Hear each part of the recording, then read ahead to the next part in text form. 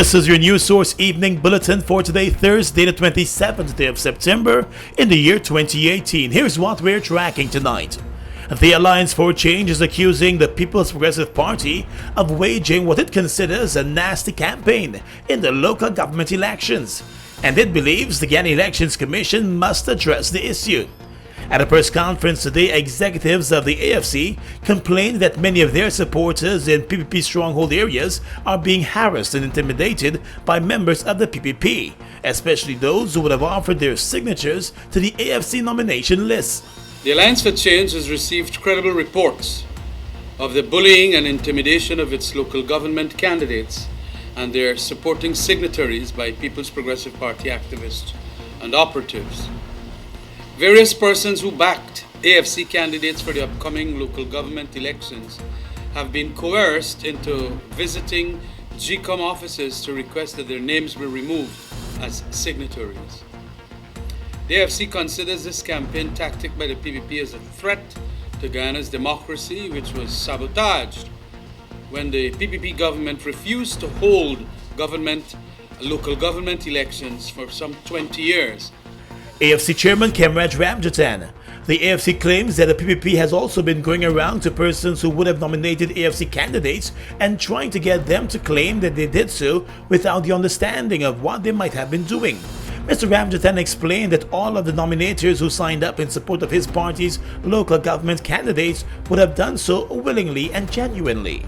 We were saying that indeed when they had signed on, they did so fully well knowing that they were signing on to an AFC list. The PPP has started this process of bullying them, coercing them, duping them into forming that group that went there last night. But I think that our representatives, Mavis Nagamutu and a number of others from that, is it Bloomfield WIM NDC? Yes, correct. Kept their cool and thank God for that. And hopefully that list will still be qualified, notwithstanding all the allegations being made by the PPP and that set of people that it had there last night. Now we understand from that group of people that they had voters or people that were from Cariveton, all over the place. The AFC chairman said the issue ought to be addressed by the Guyana Elections Commission, and returning officers in the various electoral districts ought not to allow themselves to be bullied by the tactics of the PPP. AFC Region 4 Chairman Michael Leonard explained that the AFC has 400 candidates vying for positions across the country in the NDCs and municipalities. He said the AFC has always made it known that as it heads into its first local government elections on its own, it would have been doing so along with independent bodies and persons. That we are working with independents and independent groups as well. A lot of persons who are actually running on our slates are independents and not members of the Alliance for Change. And those persons did their groundwork. They had their lists of nominators over a month ago in many cases. So the issues of duplications, the issues of us faking things, it's completely false. The People's Progressive Party has been accusing the Alliance for Change of duping many persons into offering themselves up as candidates and supporters of the AFC. Stay with us, more news in a moment.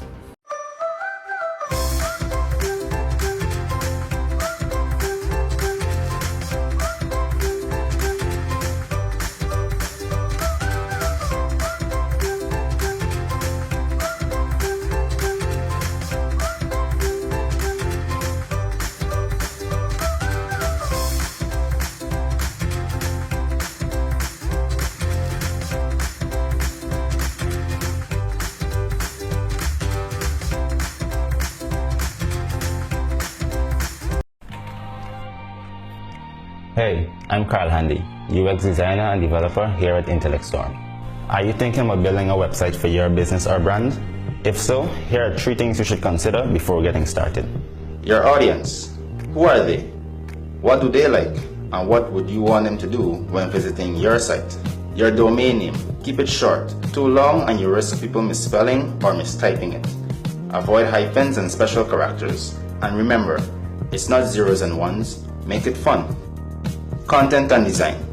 Use professional photos and videos, and make sure they're unified by a common theme. We hope that you find these useful.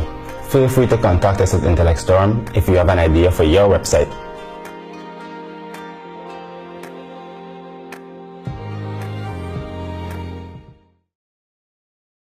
Welcome back. Leader of the opposition Bharat Jagdeo has brushed aside the government's hosting of a national youth conference as nothing more than an election gimmick in the run-up to local government elections. The National Youth Conference is currently being hosted at the Ortachang Convention Center and has brought together youth leaders and youth groups from across the country. At his weekly press conference today, Mr. Jagdeo said the government is not serious about tackling the issues facing young people in Guyana. It's all an election gimmick. If you imagine they now are soliciting youth perspective on empowerment and development. What about your promises to young people? Should you not start with that? You have everything that you stood for or said you will do for young people in the pre-election period, you have not done. You have not done free education that you promised. You've made it harder for them to go to the University of Guyana by increasing the fees. You're going after people who have defaulted on their student loan, which we didn't do. Mr. Jagdeo said the APNU-AFC coalition had also promised more jobs to the young people of the country, but over 30,000 jobs have been lost since the coalition took office, pointing there to the sugar industry layoffs. You're underestimating young people because we know what is happening out there now in the job market, that it's tough. Tough for grown people, people who had jobs who lost it, much less young people. And there's absolutely no attempt to address this. In fact, they have this elitist sort of approach to everything. They're not connected with people's real desires and their concerns on the ground. Mr. Jagdeo also said the government appears elitist and away from all that is taking place on the ground with the nation's youth. At the opening of the National Youth Conference earlier this week, Minister with responsibility for youth, Dr. George Norton, said the government is doing things that are in the best interest of youths, adding that the administration will continue to invest in the youths of Guyana because it knows for a fact that they are key to Guyana's increased prosperity and their value cannot be overstated. On the industrial front now, the Federation of Independent Trade Unions of Guyana is joining with the Guyana Trades Union Congress in condemning what it considers the clear intention of the Ministry of Social Protection to railroad the composition of the arbitration tribunal that will address pay increases and working conditions of the nation's teachers. According to the union body, the move by the Junior Minister of Social Protection, Keith Scott, to impose a chairman of the tribunal is yet another manifestation of the administration's attempt to undermine the teachers and the union's struggle.